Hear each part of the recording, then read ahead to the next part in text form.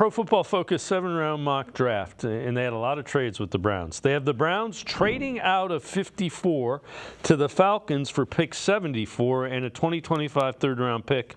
The Falcons took Braden Fisk. The Browns, they have taking Blake Fisher, offensive tackle from Notre Dame.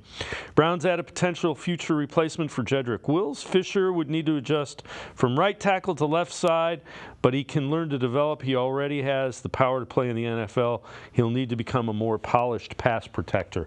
The reason he played right tackle is because you have Joe Alt, who's going to be like a top 10 pick, playing left tackle. But your thought on Fisher potentially being a pick early in the Browns draft? Well, I like the way PFF handled this. They allowed each individual analyst to handle the team. John Costco did the Browns. He's familiar with how they operate. So you see the trade back for an offensive tackle. That makes sense that there's a world in which Sumate is off the board and they can come draw back, pick up a talent like Fisher, who I know they're in on. And like you said, this kid, it's not ruled out that he can move to left tackle. He just couldn't go to left tackle at Notre Dame because of Joe Alt. That's no fault. I think Joe Alt could be generational.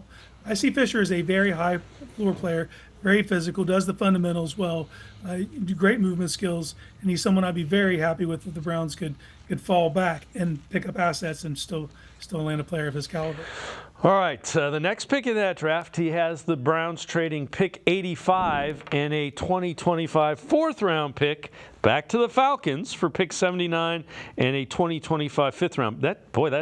He's got the trade back and the pick swap done, and then he has him taking Malachi Corley, wide receiver from Western Kentucky. We talked about him a little bit earlier in the show. A weapon with the ball in his hands, converted running back. He'll need to continue to develop as a route runner early in his career. Browns will need to find ways to get the ball in his hands.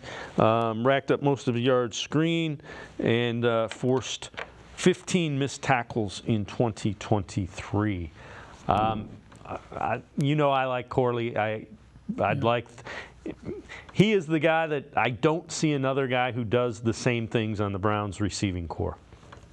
Yeah, I think Browns fans will rejoice if you pick Malachi Corley. It's like you said, it's a different skill set, a different type of player. He's a unicorn in this draft. There's guys who are good vertical threats. There are guys who are good short area quickness, slot players. There's one Malachi Corley. One guy, just get the ball in his hands and let him work. His average depth of target isn't going to be high, but he's going to do the damage after the catch, give you just a tenacious blocker, a guy that can run the gadget stuff. And he does have to learn the nuances of being an NFL wide receiver.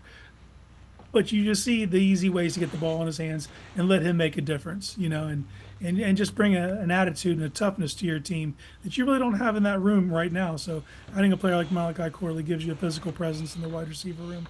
And I think most of us would be all for it. All right, we'll take a look at one more round from this one. Browns trade pick 156 and a 2025 sixth-round pick to the Ravens for 130 and a 2025 seventh-round pick. Then at 130, they select Jaheim Bell, tight end from Florida State. All these trades are giving me a headache. If Andrew Berry's doing this, it's going to be like, Yeah, a lot of stop and start. But he's got his Barry hat on. Barry's trade back up, moving all over the board. This pick, man, I'm irrationally in love with all the Florida State players, and Jaheim Bell's no different. And I think the type of tight end that the Browns target in this draft will go to tell you a lot of how they plan to play their offense. Because there's a lot of unknowns. We know they like to use two tight ends, but how they deploy that second tight end is still kind of up in the air. Jaheim Bell is not a traditional put your hand in the inline dirt and get after him that way. He's going to be an H-back, a move guy, a guy you motion out to slot. But he is really fun at the ball in his hands. He forces a ton of missed tackles in the open field. He can be physical in the open field. Not much of a blocker. So if you're going to envision him full-time as that H-back role, he's going to have to pick up that they're going to have to invest a lot in time on task to teach this man how to really turn up in the hole and be a lead blocker. But as far as the pass catching stuff, he's a ton of fun, and you can see why the Browns would be interested because he can just create mismatches.